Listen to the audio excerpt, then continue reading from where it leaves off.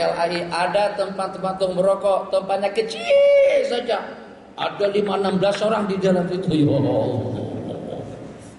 Itu menyiksa betul. Jadi itu gambaran secara sederhana. Orang tidak mau keciuman bau asap rokok. Bagaimana dengan malaikat yang lebih sensitif?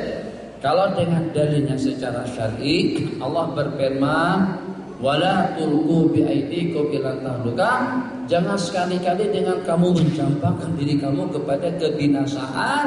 Rokok diantara daripada yang membinasakan, beri bahasanya adalah bunuh diri secara perlahan-lahan. Jadi bunuh diri ada yang cepat, bergantung. Ambil pistol masukkan ke mulut tembak. Atau juga ambil besi, ambil pisau tikam. Itu cepat. Bunuh diri yang secara perlahan-lahan, merokok 30 tahun, 40 tahun baru akan keluar kesan buruknya. Kesannya kepada paru-paru, kesannya kepada jantung, kesannya kepada kulit, kesannya kepada muka, kesannya kepada gigi, kesannya kepada kemampuan seks. Itu menghambat, mati pocok. Orang hidup pocok bukan mati pocok.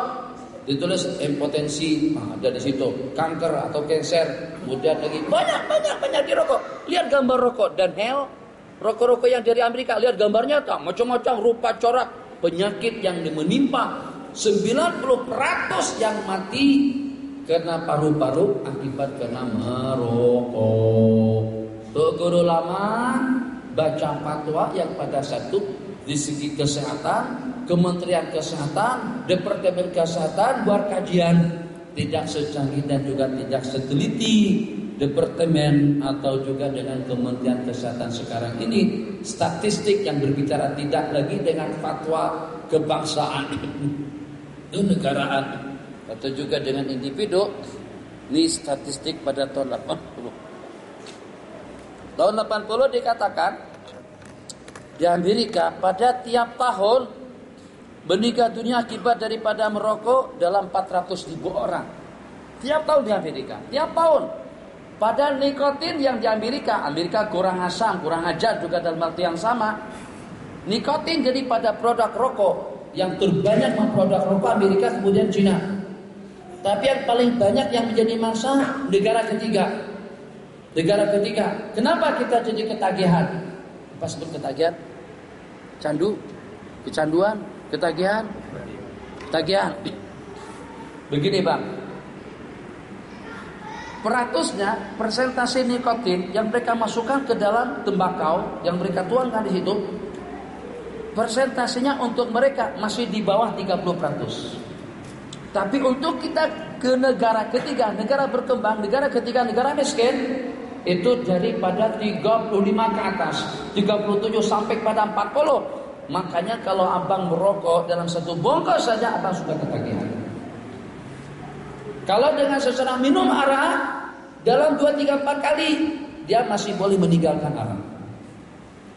Bahasa statistik 100 orang yang minum arak dengan 100 orang yang merokok, hasilnya terdapat 15% saja yang akan ketagihan arak, tapi terdapat 85% yang akan ketagihan rokok. Rokok perlahan-lahan kesana. Abang kalau nak pasti boleh scan dada kita sudah berlubang-lubang. Kalau tak percaya ada spektasunnya dulu. Bagaimana hukumnya kalau kita merusak diri kita sendiri? Ambil jarum, tikam sini, cucuk sini, cucuk sana, cucuk sana, cucuk sana, cucuk sana. Allah! Sebab itu memudaratkan diri pribadi kita sendiri. Kalau ada tuan guru yang memfatwakan merokok boleh, berarti itu fatwa boleh bunuh diri, boleh menyiksa diri, boleh membakar duit, membakar kesehatan, membakar jantung. Tuan guru itu tidak bertanggung jawab di hadapan Allah. Kalau ada yang memfatwakan hukumnya makruh.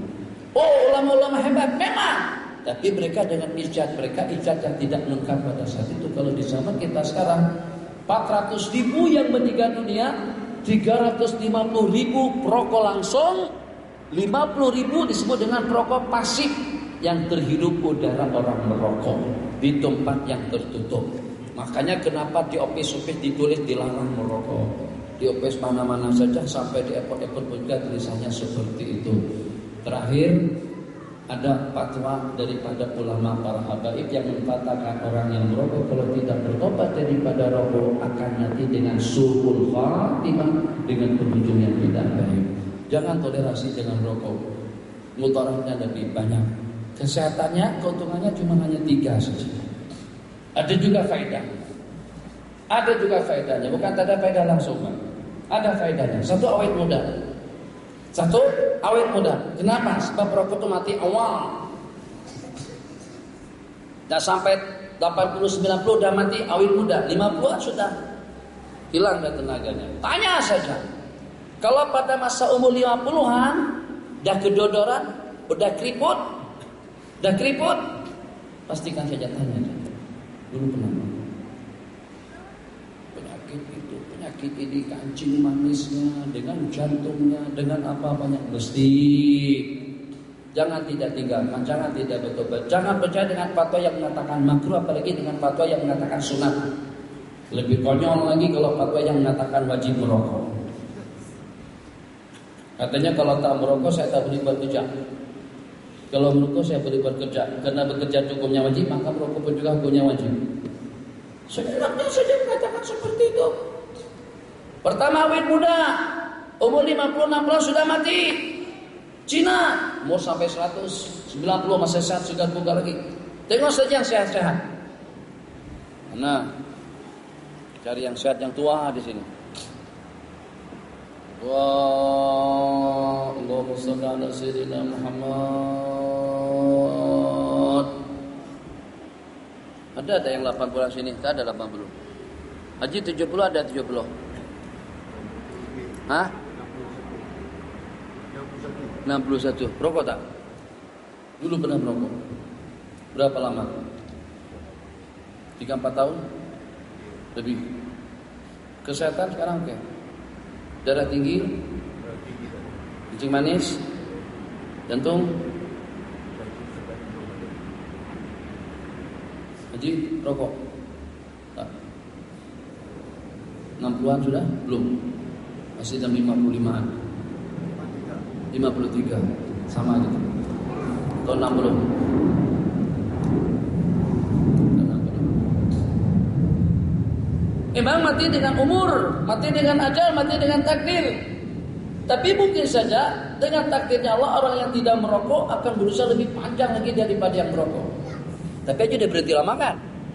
Lama dah. Berhenti lama. Kenapa kemarin tadi teruskan? Kenapa pernah masuk hospital kan?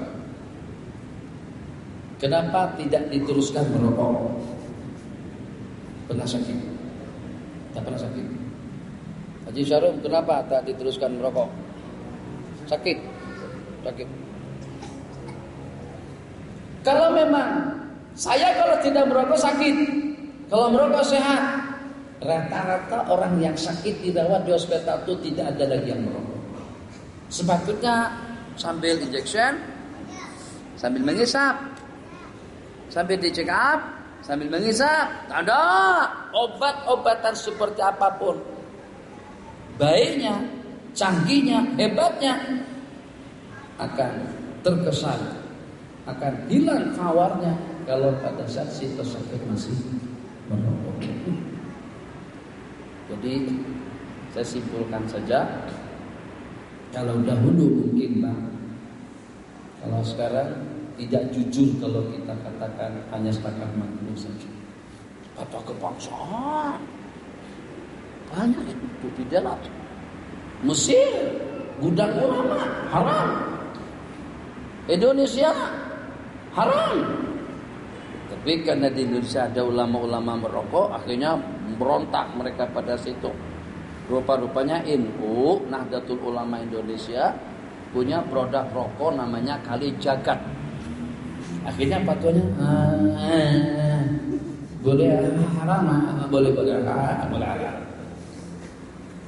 Nah, yang fatwakan boleh itu kena merokok. Tapi yang sudah pernah merokok terus berhenti ikut juga memfatwakan hukumnya haram. Ya Allah, Abang masih belum jelas juga Bang ya. Coba cari mencis, tapi sayang pula duit kalau dibakar. Janhe berapa harganya sini? 11 ringgit. Kemudian apalagi Daniel, Gamil, Gamal, Gamil, Gamel, Kemel, 11 ringgit, 12 ringgit, 13 ringgit. Kalau ada dengan seseorang, Maji, bakar duit.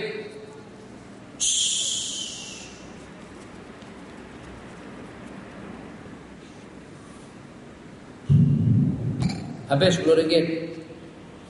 Itu perokok biasa. Perokok berat, gak ada 25 ringgit sehari. Kalau nyestakan bakar duit saja oke. Tapi yang kedua kesehatannya, ketika jantung, paru-paru pun juga ikut terbakar. Bagaimana dikatakan makruh hukumnya? Bolehkah dengan kita membakar duit dan juga membakar kesehatan?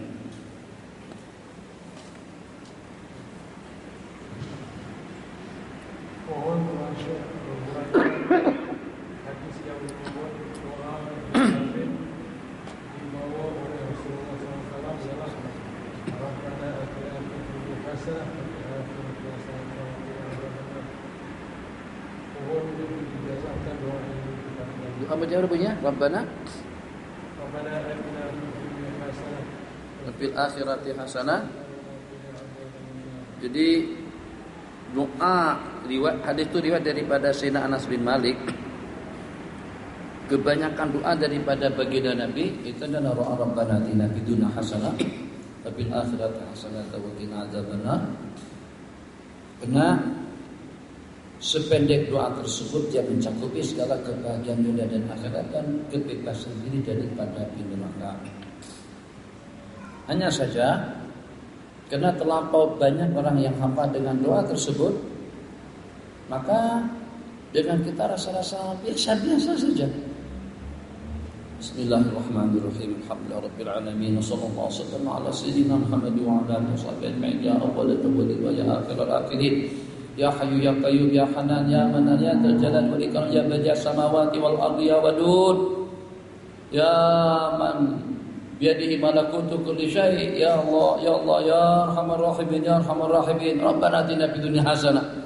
Rasa tidak padan, rasa tidak sesuai dengan pendahuluannya kalau doanya hanya Rabbana atina fid dunya hasanah. Maunya doa yang orang tak pernah dengar, doa yang orang tak paham, doa yang orang tidak mengerti. Itu baru rasa mantap.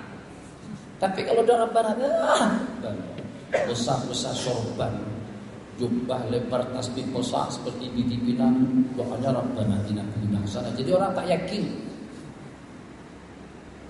Janggut panjang, kumis lengkung, jubah lebar, sorban sampai satu bandal kain itu dililitkan ke kepala semuanya. Masyaallah tabarakallah.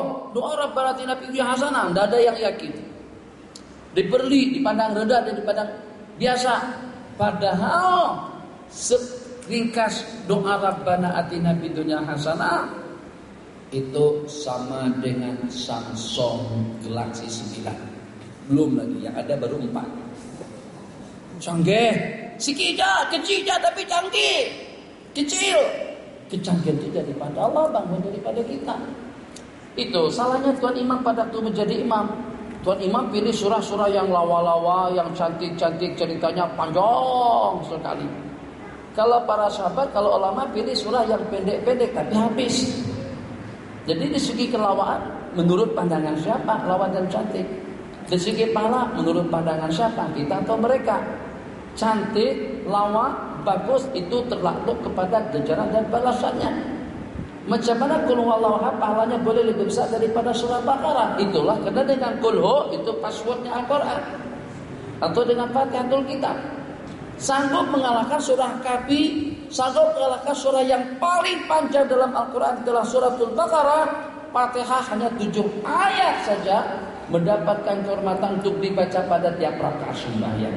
Jangan dipandang yang kecil tadi itu kecil, yang kecil tadi itu kecil tapi padan. Masya Allah, tabarakallah, yang walaupun kecil tapi padat betul. SIM card itu besar mana? Memori besar mana? Kecil ya, memori kecil. SIM card itu masih boleh 3 dengan ukuran memori. Tapi di situ apa yang masuk ke dalamnya? Nah, itu dia Qul huwallahu ahad.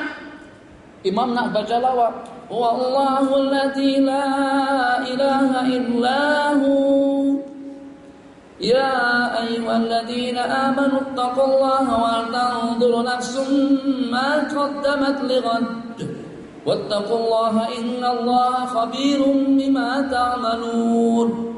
Panjang. Yang panjang tadi itu yang membuat makmum lenguh di belakang, ada yang terangguk-angguk mengantuk, berdehem-dehem. Kalah dengan qul huwallahu ahad. Allahus samad lam yalid wa lam yulad wa lam yakul lahu kufuwan ahad. Masyaallah tabarakallah. Pirari kecil ja sanggup mengalahkan bas. Bas besar. Harganya dalam 300.000, 400.000 itu yang sudah mewah dan megah. Dapatnya Pirari harganya 4 juta. Ayo, kenapa kalau dengan Pirari kecil aja tapi canggih. Bunyinya macam tuh. Oh, sekarang udah seperti bank air kecil saja. Petrol habis. Deras sekali. Selesai tidak. Laju cepat saja, itu saja kemenangannya. Maka macam itulah juga dengan perumpamaan bacaan yang kita baca tadi itu, dan juga perumpamaan doa Rabbana atina fid dunya hasanah, berikan kebaikan di dunia. Kita sebut sama-sama pikir kebaikan di dunia, mendapatkan pasangan hidup yang ideal, suami yang adil dan bijaksana, istri yang ramah tamah, istri yang cinta, pengasih dan penyayang, yang murahan diri, anak yang salehah, rezeki yang stabil, keuntungan yang banyak, dimuliakan, rumah besar, halamannya indah, tanamannya tertata rapi, kemudian keperluan hidup tercukupi, kemudian sehat jasmani, tenang pikiran, tidak ada gangguan, tidak ada ancaman, tidak ada SB, tidak ada bukit aman. Itu semuanya hasanah fid dunya. Istri 4, tak bergaduh, tak berkelahi, hasanah fid dunya. Dapat duit banyak halal, hasanah fid dunya. Sehat jasmani, hasanah fid dunya. Memerintah Islam dilaksanakan, hasanah fid dunya. Hudud dilaksanakan, hasanah fid dunya. Segar bugar, hasanah fid dunya. Banyak lagi. Apalagi diantaranya tidak ada rasa bimbang, tidak ada rasa takut, tidur pada waktu tidur, hasanah fid dunya. Mengantuk pada waktu mengantuk, hasanah fid dunya. Tuh banyak. Apa lagi bang? Istri pasti dan setia, hasanah fid dunya. Makan lalu, hasanah fid dunya. Tiap malam ganti makanan, hasanah fid dunya. Tiap waktu ganti baju dan selesa, hasanah fid dunya. Semangat ibadah, semangat ubudiyah, tahajud di malam hari, duha di waktu siang, hasanah fid dunya. Itu semuanya kamuskan apa saja, dengan mimbar jatinya, dengan masjidnya yang bagus, dengan halaman yang bagus, dengan pakaian yang bagus, dengan penghasilan yang bagus, dengan keluarga yang bagus, dengan lingkungan yang bagus, dengan masyarakat yang bagus, dengan umat yang bagus. Habis tak cukup waktu menyebut hasanah di dunia, hasanah di akhirat, masuk surga, memandang zat Allah, ridha, telaga Kausar, dapat syafaat, mendapatkan naungan, masuk surga bighairi hisab, masuk surga secepat kilat. Itu hasanah di akhirat tercakup. Jadi itu diriwayatkan daripada beberapa riwayat. Rabbana atina fid dunya hasanatan wa fil akhirati hasanatan.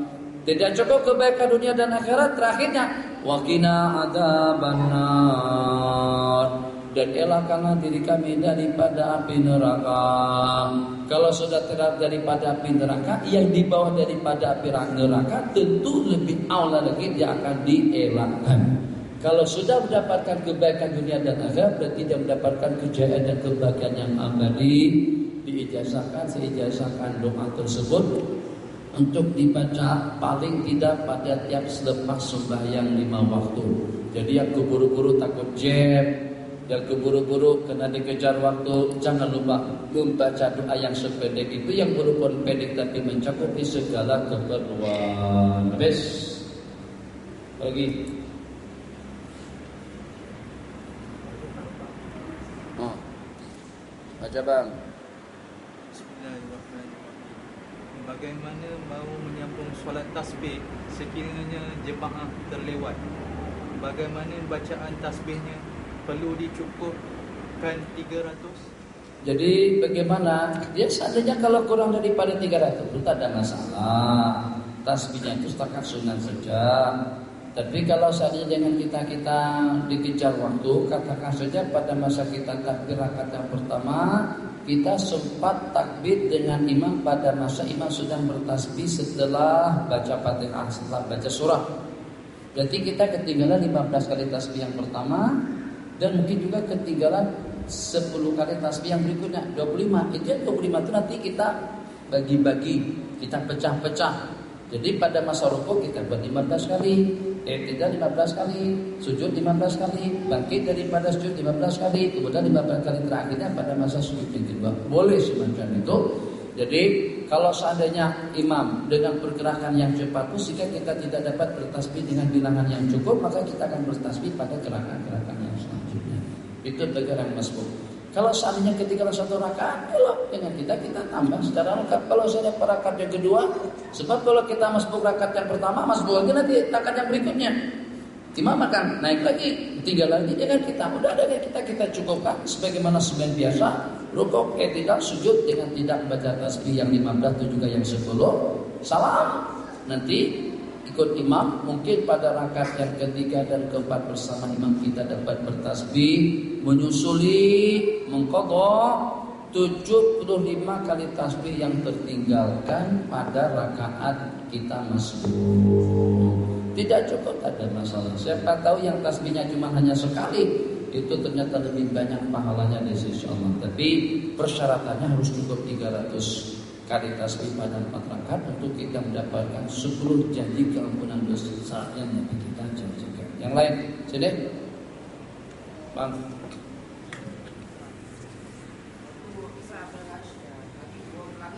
Hah? Ya. Ya.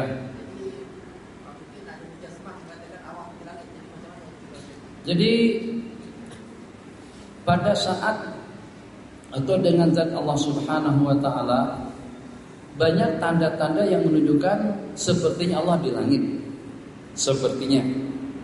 Di antaranya pada masa naik. Satu. Yang kedua pada masa kita berdoa menadahkan tangan ke atas. Yang ketiga dengan pernyataan daripada si jari itu sendiri pada saat dia mengisyarat Allah di langit. Dia sebenarnya bagi Allah tidak ada tempat. Pada hari kiamat nanti jarak sudah tidak ada, ukuran sudah tidak ada, tidak ada istilah atas dan bawah, tidak ada istilah kanan dan kiri. Ada dalam sebuah hadis diriwayatkan Allah akan menerima dengan tangan kanan Allah. Sebenarnya kata ulama semuanya kanan, kiri itu tidak ada. Jadi ukuran ke atas ke bawah itu hanya untuk mempermudah kemampuan manusia memahami tentang cerita dan juga dengan kejadian yang berlaku. Tapi bagi Allah, Allah tidak memerlukan jarak, tidak memerlukan tempat, tidak memerlukan waktu, dan juga tidak memerlukan arah. Arah kanan, kiri, atas, bawah itu semuanya itu tidak ada. Jadi tidak mutlak pada saat Nabi kita naik ke atas dikenakan Allah di atas itu tidak seperti itu. Tapi kena satu dengan kiblat doa itu memang langit. Kemudian yang kedua, atas itu sebagai simbol al-ulu, ketinggian, kebesaran, kemewahan, kemegahan itulah di atas. Tapi dengan Allah dan Allah yang Maha Agung, mereka mau tidak mau akan mengatakan Allah di atas, karena mereka mengatakan Allah bersemayam di atas arsy. Sedangkan arsy letaknya setelah 7 lapis langit menjulang ke atas, di sanalah arsy Allah Jalla wa Ala. Begitu juga dengan kursi. Mereka mengartikan Allah duduk atas kursi. Itu yang menyebabkan dengan penafsiran mereka mengarah kepada tajsim. Tapi kita tidak boleh mengambil ayat sekerat-sekerat seperti itu. Ayat yang mengatakan laisa kamitslihi syai', ayat yang menyatakan hal tajid lahu samia, ayat yang mengatakan lam yakul lahu kufuwan ahad. Tidak ada yang menyerupai zat Allah. Allah Maha Suci daripada segala-galanya, tidak ada yang menandingi zat Allah yang Maha Agung. Jadi kalau tidak ada yang menandingi, maka seperti yang disebutkan di dalam hadis, kanallah walam yakun ma'ahu syai'. Wujud Allah dan tidak ada sesuatu yang menyertai zat Allah yang Maha Agung. Tidak ada arsy, tidak ada surga dan neraka, tidak ada dunia, tidak ada langit. Pada saat tidak ada semuanya pada saat itu, atas bawah kanan samping menyamping itu juga tidak ada. Yang ada wujud Allah. Bagaimana? Istilah bagaimana pun juga tidak ada. Apa yang dikatakan bagaimana kepada Allah Jalla wa'ala yang tidak ada istilah macam. Yang tidak ada istilah pertanyaan kaifa, mata, kaifa kegunaan untuk kita-kita. Kenapa kepada kita-kita, mencumana kepada kita-kita. Tapi tidak ada yang seperti itu pertanyaannya kepada zat Allah. Seperti hadis yang saya katakan tadi, kan Allah, wujud Allah. Walam yakun ma'ahu syai', dan tidak ada yang menyertai Allah pada saat itu, maka tidak ada gambaran. Sebab kalau kita katakan arah ke atas dan ke bawah, arah ke atas bawah, itu pun juga tidak ada. Memandang zat Allah yang Maha Agung, sepakat ulama mengatakan tidak ada cara. Dan dengan kita, bagaimana posisinya? Hanya untuk mendekatkan kepada mafahim, mendekatkan kepada pahaman daripada manusia. Dikatakan kita memandang zat Allah Jalla wa'ala seperti kita memandang bulan purnama yang tidak ada gangguan daripada awan dan juga daripada perkara-perkara seumpamanya. Jadi sebelum adanya pahaman tajsim dan juga tasybih, dan itu wujud karena dengan adanya makhluk-makhluk yang Allah ciptakan yang terletak di langit, sehingga dikatakan Allah di langit ataupun juga Allah di atas. Itu bagaimana kita boleh paham dengan hadis yang saya sebutkan tadi, yang pada saat tidak ada satupun bersama Allah sebelum Allah menciptakan dunia dan sebelum Allah menciptakan segala-galanya. Maka pada saat itu tidak ada batasan, tidak ada ukuran, tidak ada jarak, tidak ada waktu, dan juga tidak ada tempat. Dan itulah hakikatnya sebenarnya. Kalau tidak, apa maksud laisa kamitslihi syai'? Tidak ada yang menyerupai zat Allah. Kalau dikatakan Allah duduk, berarti menyerupai. Kalau dikatakan Allah bersela, berarti menyerupai. Kalau dikatakan Allah di atas, berarti menyerupai. Allah kata tidak ada sesuatu syai', semuanya. Tidak ada sesuatu yang menyerupai zat Allah yang Maha Agung. Maka dengan demikian, perkataan daripada ulama yang mengatakan tidak ada jarak, tempat, arah, tempat dan sebagainya, itulah perkataan yang sesuai dan yang selari dan seirama dengan nada ayat laisa kamitslihi syai'un wa huwas samiul basir. Kalau di atas, kenapa Nabi kita katakan dekat-dekatnya kamu dengan Allah justru pada waktu kamu sujud? Aqrabu ma yakunul abdu min rabbihi wa wasajid, sedekat-dekat manusia dengan Allah pada waktu dia sujud. Sepatutnya bukan pada waktu sujud, pada waktu kita naik ke KLCC. Sedekat-dekat kamu di Allah kalau kamu berkunjung ke ofisnya Dr. Mahathir pada tingkat 84.